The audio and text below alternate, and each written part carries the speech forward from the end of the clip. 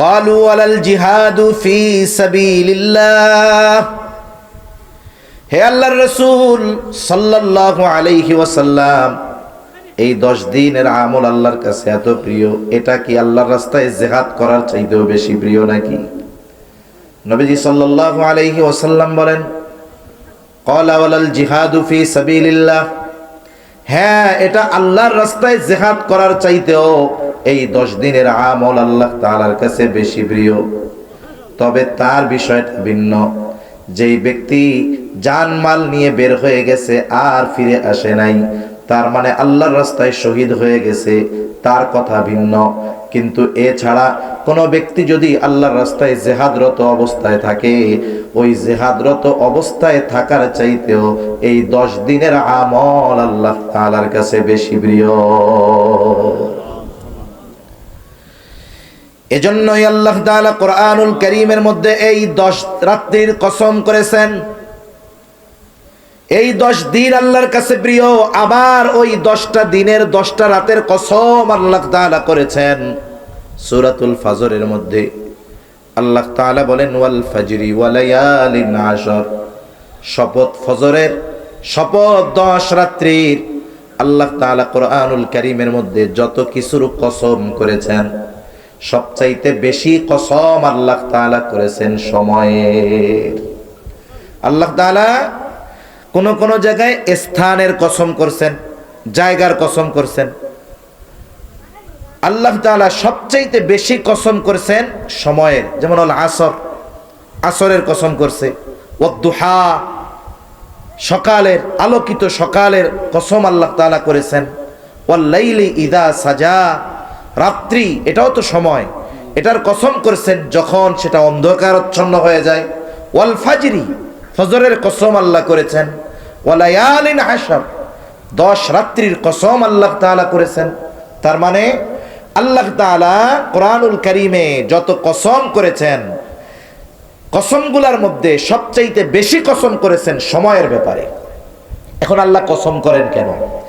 আমরা কসম করি কেন?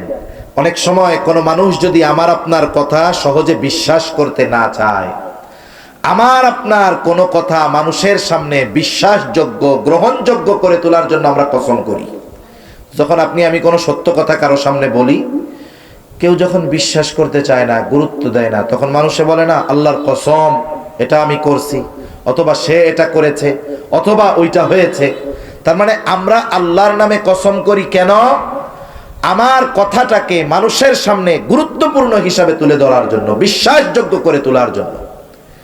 আমরা যে আল্লাহর কসম করি কথার গুরুত্ব বাড়ানোর জন্য, ওই আল্লাহ কসম করেন কিসের? বলে সময়ের, স্থানের। তবে আল্লাহ তাআলা কিন্তু তার কথার গ্রহণযোগ্যতা বাড়ানোর জন্য কসম করেন না।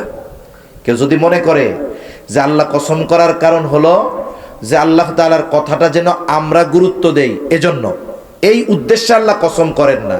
তবে মানুষের একটা খাসলাত এইটা, মুফাসসিরিনে কেরাম বলেন, মানুষের একটা খাসলাত হলো, মানুষ যখন স্বাভাবিক কোনো কথা বলে, ওই কথাটাই যদি কসম সহকারে বলে, তাহলে মানুষ কসম সহকারে কথাটাকে গুরুত্ব দেয় বেশি। এটা মানুষের খাসলাত। তবে আল্লাহ তাআলা কসম যেই বিষয়গুলার করেন, এর দ্বারা আল্লাহ তাআলার কসমকৃত বিষয়গুলা কত গুরুত্বপূর্ণ, এটা বান্দা যেন অনুধাবন করতে পারে। এখন আল্লাহ যেই বিষয়ের কসম করছেন, তাহলে এই বিষয়গুলো কতটা গুরুত্বপূর্ণ, এটা মোটামুটি আমরা বুঝতে পারছি তো ইনশাআল্লাহ। আল্লাহ তাআলা যেই বিষয়গুলোর কসম করেছেন, এর মধ্যে একটি হলো এই জিলহজ মাসের প্রথম 10 রাত্রির কসম আল্লাহ করেছে। সুবহানাল্লাহ বলেন। পৃথিবীর সব মুফাসসিরিনে কেরামের এই মত, রাইসুল মুফাসসিরিন আব্দুল্লাহ ইবনে আব্বাস রাদিয়াল্লাহু তাআলা আনহুর মত এটাই, যে আল্লাহ তাআলা এই 10 রাত্রির কসম করেছেন।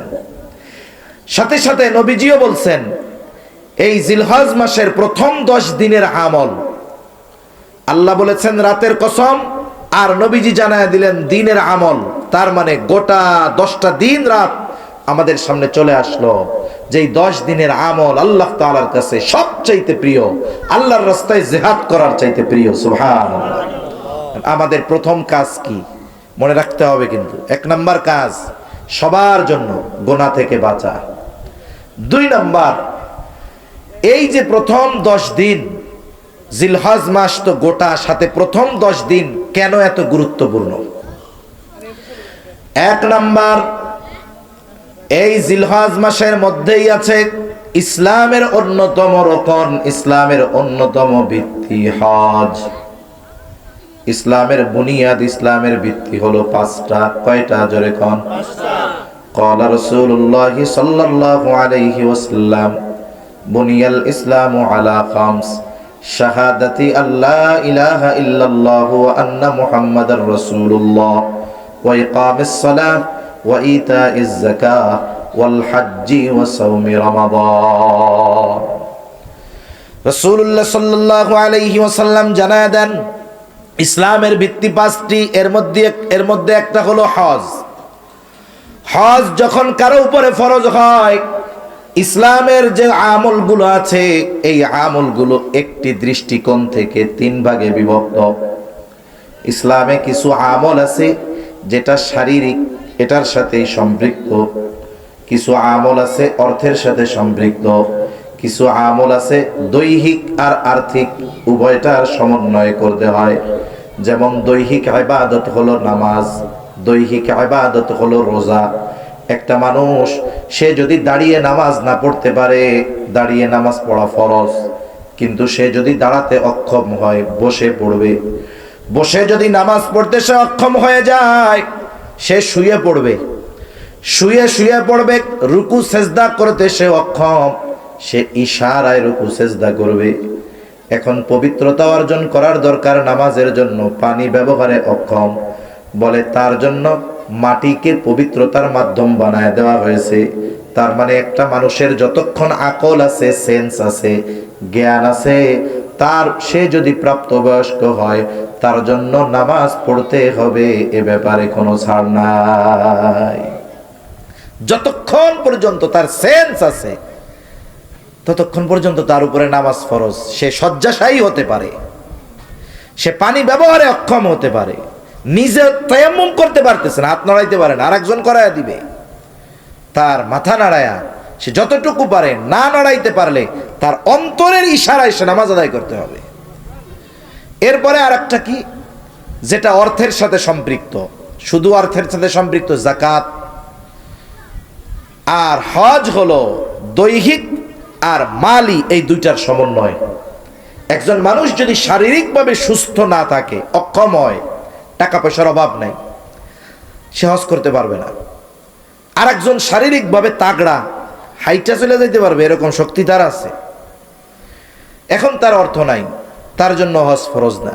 কিন্তু আফসোসের বিষয়, আমাদের দেশের অনেক মানুষ আছে, তারা চিন্তা করে জুয়ানকালে যা হোক হোক সব অপরাধ কইরা বুড়াকালে হজ কইরা হাজি সাহেব হমু, পাপ টাপ দুইয়া বাড়িতে বইয়া থাকবো। এরকম আল্লাহর বান্দা কিছু আছে না নাই? এই ধরনের বয়স্ক বাবারা, চাচারা হজে যায়, আইসা কয় কি করবো, একটু আশা করছিলাম কাবা গড্ডা ধরমু, তা হজরে আসওয়াদ চুমা দিয়াও এটা তো বহুদূর, একটু কাবার গেলাফটা ধরমু, তাও ওই আফ্রিকান ইন্দোনেশিয়ান তাগড়া তাগড়া যুবক গো ঠেলায় ঢেউয়ের মতো এক ঠেলা মারে 15 হাত দূরে গিয়া পড়ি। তা আপনি বুড়াকালে গেছেন কেন? ওরা তো জুয়ান থাকতে আগে হজ করে নেয়।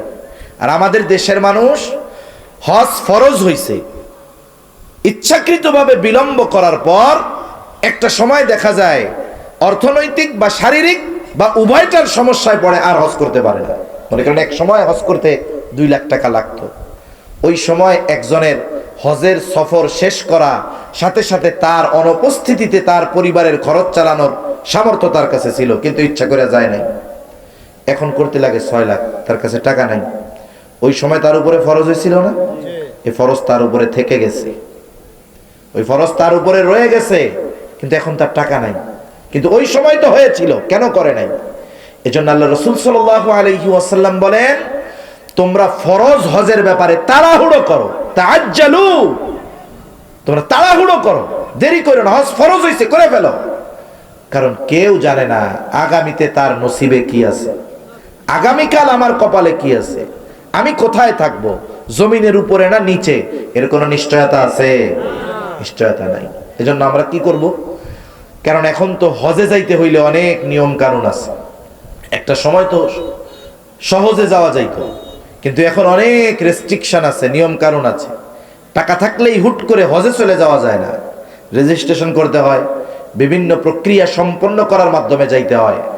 যারা অতীতে ফরজ হজ আদায় করছে তাদের মাথা থেকে তো এক জিম্মাদারি চলেই গেছে, কিন্তু যাদের উপরে হজ ফরজ আছে তাদের উচিত এক্ষুনি দৃঢ় প্রতিজ্ঞা করা, আর বিলম্বের কারণে আল্লাহর কাছে ক্ষমা চাওয়া, তাওবা করা, আর এখনই দৃঢ়ভাবে নিয়ত করা যে আল্লাহ আমারে আপনি সুস্থতা দেন, হায়াতে বরকত দেন, যেন আগামী বছর আপনার মেহমান হতে পারি। ঠিক কিনা বলেন?